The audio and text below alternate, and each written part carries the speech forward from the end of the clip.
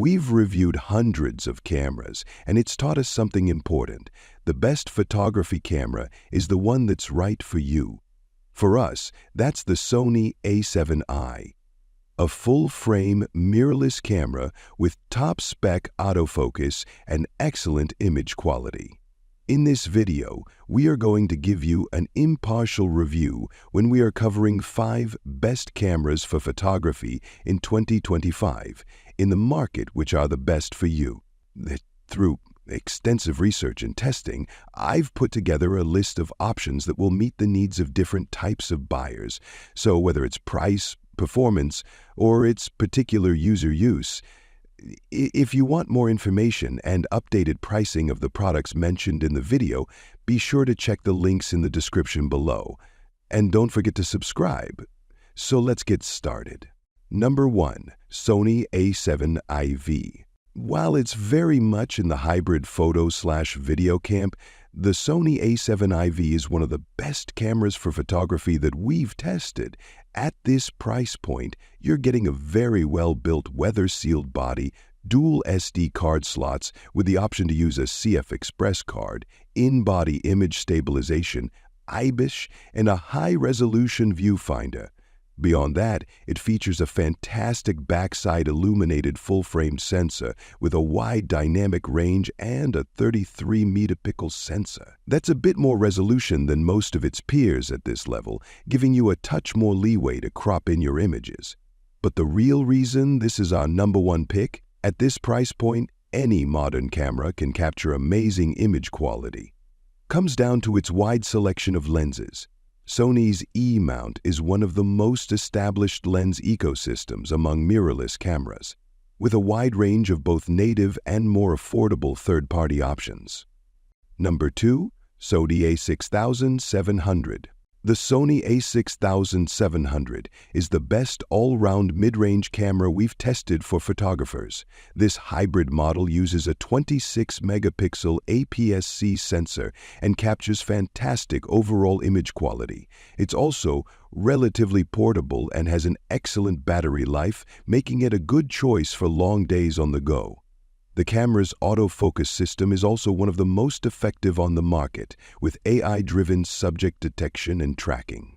On top of that, it has IBIS and a wide selection of compatible lenses, including plenty of more affordable third-party options. If you don't want to fiddle around with RAW files too much, consider the Fujifilm X20 instead. Fujifilm is known for its excellent JPEG processing and film simulation profiles, making it a good choice for those who prefer to share their images straight out of the camera. Like the A6700, it has a high-res APS-C sensor and IBIS to help you shoot handheld at slower shutter speeds. Number 3. Canon EOS R10. If the Sony A6700 is out of your price range, the Canon EOS R10 is an entry-level model that packs a punch for its price.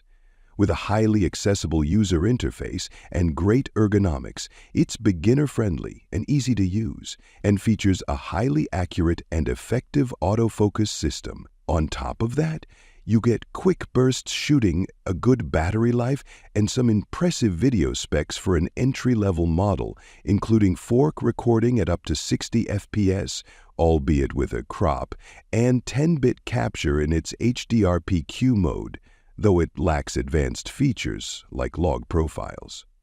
The biggest downside of the R10 is that lens selection is still relatively limited for the RF mount. If you'd prefer a more established lens ecosystem, the Fujifilm X10 is another great choice at this price point. It's also one of the few entry-level models with in-body image stabilization. That said, its autofocus system is less reliable, and it may be harder to find new in stock. Number 4. Canon EOS Rebel SL3/250D. The Canon EOS Rebel SL3/250D is one of the best cameras for photographers on a tight budget. It's a DSLR that's a bit older now, so it lacks some of the features found on newer mirrorless models, like better video features and more advanced autophotography tracking algorithms. Having said that, a DSLR is the perfect place to start for photography. It isn't as portable as most mirrorless alternatives, but the SL3 is Canon's most portable DSLR, and it has a much longer battery life than mirrorless counterparts. Plus, its sensor is still excellent and capable of capturing high-quality images, and the optical viewfinder gives you an unfiltered view of your subjects.